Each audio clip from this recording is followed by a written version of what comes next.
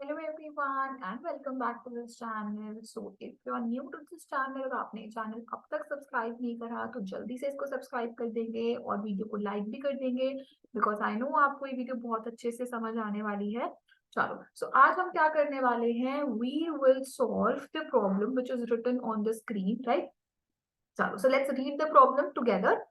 Two small electric dipoles of dipole moment P are kept at an angle of 120 degree. So everyone can see in the figure. सबको figure दिख रही है, कहां पर है figure, है ना, ये फिगर। चलो इस फिगर के अंदर सबको दिख रहा है कि दो डायपोल मोमेंट्स रखे हैं, ठीक है। और ये जो डायपोल मोमेंट्स है ये एक दूसरे के साथ 120 डिग्री का एंगल बना रहे हैं। सो क्या गिवन है कि मैम ये जो दोनों डायपोल मोमेंट वेक्टर्स हैं ये एक दूसरे के साथ 120 डिग्री का एंगल बना रहे हैं। You have to tell the first part is what is the resultant dipole moment of the system. क्या बताना है? रिजल्टेंट डायपोल मोमेंट बताना है सिस्टम का। So everyone will pause the video and try to find the resultant dipole moment of the system. सब लोग pause करेंगे, question try करेंगे, ठीक है। सबसे होगा सबको पता है वेक्टर्स का रिजल्टेंट कैसे निकालते हैं। दो वेक्टर्स हैं, एंगल गिवन है, सिर्फ रिजल्टेंट निकालना है, ठीक है। सो पॉज करेंगे वीडियो को और ट्राई करेंगे, ठीक है। चलो तब तक मैं सॉल्व करती हूँ, ठीक है। तो कैसे निकालेंगे रिजल्टेंट डायपोल मोमेंट का? सो हम लोग पी आर लिखते हैं रिजल्टेंट डायपोल मोमेंट को। और क्योंकि ये एक वेक्टर सम है ना, हमें क्या करना है, वेक्टर सम यूज करना है। So vector sum will be under root of. अब जब सब बच्चों को याद होगा कि हम जब दो वेक्टर्स को ऐड करते हैं और उसको आर रिजल्टेंट लिखते हैं तो ये जो रिजल्टेंट का मैग्नीट्यूड है that is given by under root of A square plus B square plus 2ab cos theta. ऐसे ही लिखते हैं ना। और थीटा क्या होता है? Angle between the A vector and the B vector, right. तो यहाँ पर देखेंगे दो वेक्टर्स हैं P और P, दोनों का मैग्नीट्यूड क्या है? सेम है। देखो दोनों का मैग्नीट्यूड P है, right. So we have P square plus P square plus 2P into P and I have cos 120 degree, ठीक है। हमारे पास क्या है? cos 120 डिग्री है। एंगल क्या है? 120 डिग्री था दोनों डायपोल मोमेंट्स के बीच में। अब सब cos 120 डिग्री की वैल्यू लिख सकते हैं। cos 120 डिग्री क्या होगा मैम? cos 90 प्लस 30 हो जाएगा, है ना। और इसको हम लोग क्या लिख सकते हैं मैम? ये तो 90 है तो cos को चेंज कर देगा, साइन कर देगा, ठीक है। और हमारे पास क्या है? कॉस है। कॉस सेकेंड क्वाड्रेंट में क्या होता है मैम? नेगेटिव होता है। सो क्या आ गया? माइनस साइन 30 डिग्री आ गया। और जो ये माइनस साइन 30 डिग्री है ये क्या हो जाएगा? माइनस हाफ हो जाएगा, ठीक है। ये क्या हो जाएगा? माइनस हाफ हो जाएगा। सो अब हम क्या करेंगे, हम कॉस 120 की जगह माइनस हाफ लिख देंगे, ठीक है। कॉस 120 डिग्री की जगह यहाँ पर माइनस हाफ लिख देंगे। जब हम यहाँ माइनस हाफ लिखेंगे this two and this two will get cancelled and this term will become minus P square, है ना। ये टर्म क्या बन जाएगी? माइनस पी स्क्वायर बन जाएगी। अब ये पी स्क्वायर और ये माइनस पी स्क्वायर कैंसिल हो जाएगा और मेरे पास जो रिजल्टेंट है डायपोल मोमेंट का क्या आ जाएगा मैम? जो रिजल्टेंट आ जाएगा डायपोल मोमेंट का वो आ जाएगा under root of P square and this is nothing but P, ठीक है। ये क्या है हमारे पास? ये मैम मैग्नीट्यूड है। किसका मैग्नीट्यूड है मैम? रिजल्टेंट डायपोल मोमेंट का मैग्नीट्यूड है, ठीक है। रिजल्टेंट डायपोल मोमेंट का मैग्नीट्यूड सब बच्चों ने निकाल लिया है। अब सब बच्चे क्या करेंगे? डायरेक्शन निकालेंगे of the resultant dipole moment. तो डायरेक्शन कैसे निकालेंगे? हम बोलते हैं कि ये जो रिजल्टेंट है वो किसी एक डायपोल मोमेंट के साथ, दोनों डायपोल मोमेंट बराबर है ना, किसी एक डायपोल मोमेंट के साथ कितना एंगल बना रहा है? बीटा एंगल बना रहा है और वो बीटा हमें फाइंड करना है, ठीक है। सो सबने फॉर्मूला सीखा था डायरेक्शन निकालने का। tan बीटा क्या होगा मैम? tan बीटा होगा बी साइन थीटा अपॉन ए प्लस बी कॉस थीटा, यही होता था ना। tan बीटा कैसे निकालते थे? बी साइन थीटा अपॉन ए प्लस बी कॉस थीटा। अब ए और बी तो बराबर है, पी है, और थीटा क्या है? थीटा तो 120 डिग्री है। तो चलो ये पुट कर देंगे। अब सब समझदार बच्चों को पता है मैम, देखो cos 120 डिग्री की वैल्यू क्या है, cos 120 डिग्री की वैल्यू तो -½ है, तो sin 120 डिग्री क्या होगा। अब sin 120 डिग्री निकालने के दो तरीके हैं, क्या दो तरीके हैं मैम, इसको हम sin 90 + 30 लिख लेंगे, और फिर ये सेकंड क्वाड्रेंट है, सेकंड क्वाड्रेंट में साइन पॉजिटिव होता है और साइन चेंज भी हो जाएगा, तो क्या हो जाएगा मैम, cos 30 डिग्री हो जाएगा। और cos 30 डिग्री क्या होता है मैम, cos 30 डिग्री तो √3/2 होता है ना। तो एक समझदार बच्चा इस तरीके से कर सकता है, और एक समझदार बच्चा कहेगा मैम sin 120 डिग्री क्या होता है, 1 - cos 120 डिग्री का √ होता है। सो जब आप इससे सॉल्व करेंगे तो भी आपके पास जो sin 120 डिग्री की वैल्यू है वो √3/2 ही आएगी। ठीक है, दोनों तरीकों से सेम आएगी। चलो अब देखेंगे सब बच्चे, P जो है वो यहाँ पर है, sin 120 डिग्री है √3/2, यहाँ से हम P कॉमन लेंगे, अंदर आ जाएगा 1 + cos 120 डिग्री। cos 120 डिग्री क्या है मैम, -½ है, ठीक है, -½ है। This P and this P gets cancelled and I have √3/2 divided by 1 - ½ which is ½ this 2 and this 2 gets cancelled and tan beta जो है वो क्या आ गया मैम, √3 आ गया। अरे tan जो है वो √3 कब होता है मैम, 60 डिग्री पे होता है। सो बीटा की वैल्यू क्या आ गई हमारे पास बच्चों, बीटा की वैल्यू आ गई 60 डिग्रीज, है ना।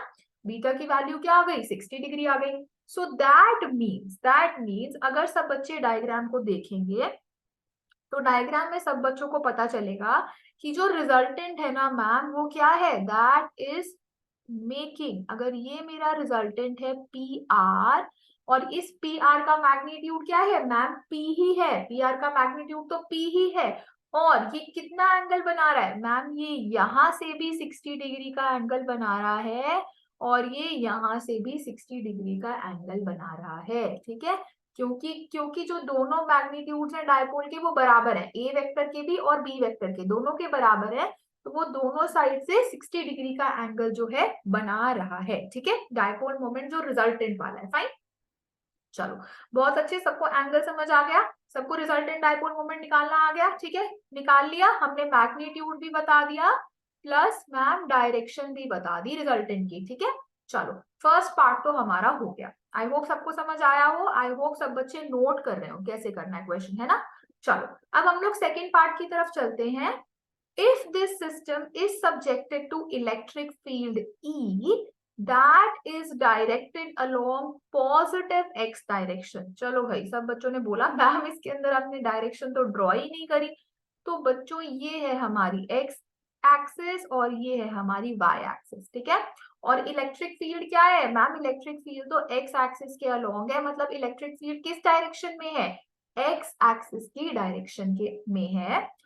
देन आपको क्या बताना है, what will be the magnitude and the direction of torque acting on it, क्या बताना है सबको, मैग्नीट्यूड बताना है और टॉर्क का डायरेक्शन बताना है। ठीक है, magnitude and direction of the torque because of the electric field. अब सब बच्चे कहेंगे कि मैम आपने हमें पढ़ाया था कुछ वीडियोस पहले कि जो टॉर्क है वो क्या होता है मैम, जो टॉर्क है जो एक डायपोल पर लग रहा है जो किसी इलेक्ट्रिक फील्ड में रखा है, that is P cross E, यही होता है टॉर्क, है ना, सबको याद है। अब जब हम लोग इसका मैग्नीट्यूड निकालना चाहते हैं ना, हम लोग मैग्नीट्यूड की बात कर रहे हैं, सो टॉर्क का magnitude is magnitude of P magnitude of E into sin theta, where theta is what ma'am, theta is the angle, है ना, थीटा क्या है ma'am, theta is the angle between P and E, है ना। अब हमें इस सिस्टम पर लगने वाला टॉर्क बताना है, तो हमारे पास दो डायपोल्स थे, है ना, दो डायपोल्स थे। कैसे थे डायपोल्स मैम, एक डायपोल था हमारे पास इस तरीके से और एक डायपोल था हमारे पास इस तरीके से।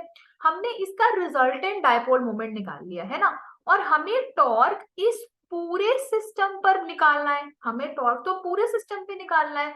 तो अच्छा हुआ हमने इन दोनों डायपोल्स का रिजल्टेंट डायपोल मोमेंट निकाल लिया, क्योंकि अब जो मेरे पास टॉर्क का एक्सप्रेशन है उसके अंदर मैं डायरेक्टली अगर रिजल्टेंट डायपोल मोमेंट डाल दूंगी तो मुझे पूरे सिस्टम पर कितना टॉर्क लग रहा है वो पता चल जाएगा। ठीक है, हमने क्या करा, हमने पहले ही दोनों वेक्टर्स का रिजल्टेंट निकाल लिया और उस रिजल्टेंट पे हमने देख लिया कितना टॉर्क लगेगा। अदरवाइज हम क्या करते, पहले एक पर निकालते फिर दूसरे पे निकालते फिर दोनों का एडिशन करते किसी वेक्टर एडिशन के तरीके से, है ना, पर वो क्या है, दैट इज टू लॉन्ग। तो हमने क्या करा, पहले दोनों डायपोल्स का रिजल्टेंट निकाल लिया। अब हमने देखा कि ये जो दोनों डायपोल्स का रिजल्टेंट है इस रिजल्टेंट के ऊपर कितना टॉर्क लग रहा है, ये रिजल्टेंट इलेक्ट्रिक फील्ड से कितना एंगल बना रहा है, और उसको हम लोग डाल देंगे टॉर्क के एक्सप्रेशन में और हमारे पास टॉर्क आ जाएगा किस पर, पूरे सिस्टम के ऊपर आ जाएगा। ठीक है, किस पे आ जाएगा, पूरे सिस्टम के ऊपर आ जाएगा। तो अब मेरे समझदार बच्चे कहेंगे कि मैम जो ये टॉर्क है on the system, the torque on the system is actually what it is, PR, that is the resultant dipole moment, resultant dipole moment into E into sine theta. और ये थीटा क्या हो जाएगा ma'am, क्योंकि अब dipole moment हम लोग resultant dipole moment ले रहे हैं तो एंगल भी क्या देखेंगे कि मैम रिजल्टेंट डायपोल मोमेंट कितना एंगल बना रहा है। रिजल्टेंट डायपोल मोमेंट के बीच का एंगल है और किसके बीच का एंगल है मैम, इलेक्ट्रिक फील्ड के बीच का एंगल है। आगे समझ, आगे सबको समझ, चलो अब सब देखेंगे। अब हमें ये एंगल निकालना है। ठीक है, ये एंगल निकालना है, बहुत आसान है। क्यों आसान है, सब अपनी फिगर पे आ जाएंगे। अब जब सब फिगर में देखेंगे तो सब बच्चे देखेंगे सॉरी, सब बच्चे देखेंगे मैम एक्स और वाई एक्सिस के बीच में कितना एंगल होता है, 90 डिग्री का एंगल होता है। ऑर्थोगोनल एक्सिस है ना, एक्स और वाई एक्सिस एक दूसरे से कितना एंगल बना रहे हैं, 90 डिग्री का एंगल बना रहे हैं। और मुझे कौन सा एंगल चाहिए मैम, मुझे तो ये एंगल चाहिए, है ना, मुझे तो ये एंगल चाहिए।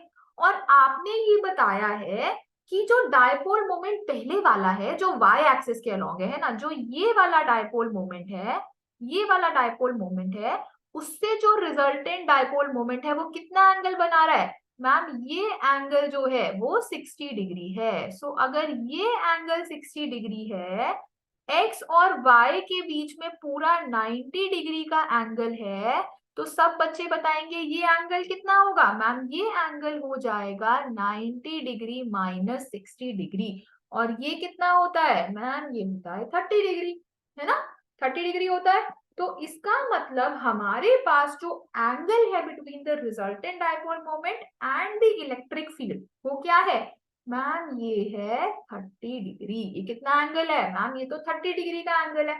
तो अगर ये 30 डिग्री एंगल है तो हम लोग टॉर्क के एक्सप्रेशन में वैल्यूज पुट कर देंगे। सो torque will be what, torque will be resultant dipole moment जो हमने निकाला था। रिजल्टेंट डायपोल मोमेंट क्या आया था सब बच्चों का मैम, जो रिजल्टेंट डायपोल मोमेंट आया था वो तो P ही आ गया था, P आ गया था तो P लिखेंगे। इलेक्ट्रिक फील्ड क्या लिखेंगे मैम, इलेक्ट्रिक फील्ड तो क्वेश्चन में E ही गिवन है, कोई वैल्यू तो गिवन है ही नहीं। और साइन थीटा में सब बच्चे क्या पुट करेंगे, साइन 30 डिग्री पुट करेंगे। और साइन 30 डिग्री क्या होता है, हाफ होता है। सो टॉर्क की वैल्यू हमारे पास क्या आ गई मैम, PE/2 आ गई। This is what, this is the torque experienced by the complete system. जो दो डायपोल्स मिलकर एक सिस्टम बना रहे हैं उन दोनों डायपोल्स पर कितना टॉर्क लग रहा है, the torque experience by the complete system is PE/2। ये हमने क्या निकाला बच्चों, ये हमने निकाला मैग्नीट्यूड। अभी तक हमने क्या निकाला है, मैग्नीट्यूड निकाला है। क्वेश्चन ने हमसे मांगी है डायरेक्शन भी, मैग्नीट्यूड तो मांगा ही मांगा था लेकिन डायरेक्शन भी मांगी थी। तो डायरेक्शन कैसे निकालेंगे मैम, राइट हैंड रूल सीखा था। क्या सीखा था, देखो मैम अगर P पर ऐसे रखेंगे हाथ और इलेक्ट्रिक फील्ड की तरफ घुमा देंगे तो टॉर्क की डायरेक्शन मिल जाएगी। ठीक है, क्या करेंगे, P पर हाथ रखेंगे, राइट वाला हाथ रखेंगे, P के ऊपर रखेंगे, इलेक्ट्रिक फील्ड की तरफ घुमा देंगे, जिस डायरेक्शन में थंब होगी उस डायरेक्शन में टॉर्क, है ना। हमें इतना बताया क्योंकि टॉर्क क्या है, क्रॉस प्रोडक्ट है डायपोल मोमेंट और इलेक्ट्रिक फील्ड का, तो पक्का पक्का डायपोल मोमेंट और इलेक्ट्रिक फील्ड के परपेंडिकुलर होगा। है ना, पक्का पक्का होगा। अब सब बच्चे देखेंगे कि जो हमारा रिजल्टेंट डायपोल मोमेंट है, देखो इस वाले डायग्राम में देखते हैं, या थोड़ा बड़ा ड्रॉ करें, थोड़ा सा इसको बड़ा ड्रॉ कर लेते हैं ताकि सब बच्चों को समझ आए। ये हमारा डायपोल मोमेंट था पहला वाला, ठीक है। फिर ये हमारा डायपोल मोमेंट था दूसरा वाला। इसका जो रिजल्टेंट है, पहले हम एक्स एक्सिस ड्रॉ कर लेते हैं। ये एक्स एक्सिस क्या है मैम, ये तो इलेक्ट्रिक फील्ड की डायरेक्शन है ना। और जो रिजल्टेंट डायपोल आया था, नहीं ये सही नहीं ड्रॉ हुआ है मैम, जो रिजल्टेंट डायपोल मोमेंट आया था, इसको हम लोग ड्रॉ कर लेते हैं। वो आया था इन दोनों के बीच से निकलता हुआ कुछ ऐसे, क्योंकि वो यहाँ से भी 60 डिग्री का एंगल बना रहा था और यहाँ से भी 60 डिग्री का एंगल बना रहा था। और ये क्या है मैम, ये तो रिजल्टेंट डायपोल मोमेंट है ना। ये था हमारे पास। अब देखेंगे सब बच्चे क्या सीखा था, टॉर्क की डायरेक्शन कैसे निकालेंगे। मैम देखो टॉर्क क्या होता है, टॉर्क होता है P क्रॉस E। और क्योंकि मैं रिजल्टेंट डायपोल पर टॉर्क निकाल रही हूं, तो ये क्या है PR क्रॉस E। तो अब हमारे को राइट हैंड रूल यूज करना है। ये जो राइट हैंड रूल है, ये हम कैसे यूज करेंगे, राइट हैंड को P के अलोंग रखेंगे, ठीक है। और क्या करेंगे, इलेक्ट्रिक फील्ड की तरफ घुमा देंगे। अब अगर मैं ऐसे हाथ रखूंगी तो मैं इलेक्ट्रिक फील्ड की तरफ नहीं घुमा सकती ना, ऐसे तो नहीं घुमा सकती, मुझे ऐसे टर्न करना है अपने हाथ को। तो मुझे इलेक्ट्रिक फील्ड में मुझे अपने हाथ को कैसे रखना पड़ेगा, ऐसे रखना पड़ेगा, क्योंकि मुझे अंदर की तरफ घुमाना है। इलेक्ट्रिक फील्ड किस डायरेक्शन में है, इलेक्ट्रिक फील्ड इस डायरेक्शन में है। तो मैं अगर अपने हैंड को, राइट हैंड को ऐसे रखकर इलेक्ट्रिक फील्ड की डायरेक्शन में घुमा दूंगी, सो मुझे मेरा थंब किस डायरेक्शन में दिख रहा है, मेरा थंब तो आपको पॉइंट कर रहा है ना। Thumb is pointing inwards the screen, inwards point कर रहा है ना। सो थंब क्योंकि इनवर्ड्स पॉइंट कर रहा है, we will write that the direction of torque is inwards. और ये किस एक्सिस के अलोंग है, देखो मैम ये तो एक्स एक्सिस था इलेक्ट्रिक फील्ड वाला, ये वाला एक्सिस वाई था जिस एक्सिस पर पी रखा था। तो जो इनवर्ड और आउटवर्ड वाला एक्सिस है, ये कौन सा एक्सिस है मैम, ये तो जेड एक्सिस है। तो जो हमारा टॉर्क का डायरेक्शन है, that is inwards along the z direction के along इनवर्ड्स जो है वो मेरी क्या है, टॉर्क की डायरेक्शन है, ठीक है। यानी कि अगर मैं यहाँ पर एक z एक्सिस ड्रॉ करूं, तो ये अगर मैं कह रही हूँ z एक्सिस है, तो ये पॉजिटिव z है और ये नेगेटिव z है। तो टॉर्क किस डायरेक्शन में है, -z डायरेक्शन में है, इनवर्ड्स है, ठीक है, इनवर्ड्स है, स्क्रीन के इनवर्ड्स है। आपके लिए नोटबुक के इनवर्ड्स है, आप नोटबुक पे ड्रॉ कर रहे हो तो आपके लिए डायरेक्शन क्या है, इनवर्ड्स है, ठीक है। व्हाट इट एवरीवन, तो हमने क्या करा मैम, हमने टॉर्क का मैग्नीट्यूड भी निकाल लिया और अब हमने टॉर्क का डायरेक्शन भी निकाल लिया, ठीक है। तो सब बच्चों को समझ आया ये वाला क्वेश्चन कैसे करना है। अगर सब बच्चों को समझ आया है, इस वीडियो को लाइक करेंगे सब बच्चे, ठीक है। मुझे कमेंट में बताएंगे अगर किसी को कोई डाउट है इस वीडियो में, अब तक कुछ समझ नहीं आया, कुछ कॉन्सेप्ट में थोड़ा सा इशू आ रहा है, you can ask me in the comment section. अगर वीडियो अच्छी लगी है, सब कुछ अच्छे से समझ आया, तो मुझे कमेंट्स में बताएंगे कि मैम बहुत अच्छे से समझाया आपने, और इस वीडियो को अपने फ्रेंड्स के साथ शेयर करेंगे। डू सब्सक्राइब दिस चैनल, ठीक है। अगर आपने अब तक नहीं करा तो जल्दी से इसको सब्सक्राइब कर लेंगे। And I will see you all in the next class, in the next video, and bye bye children.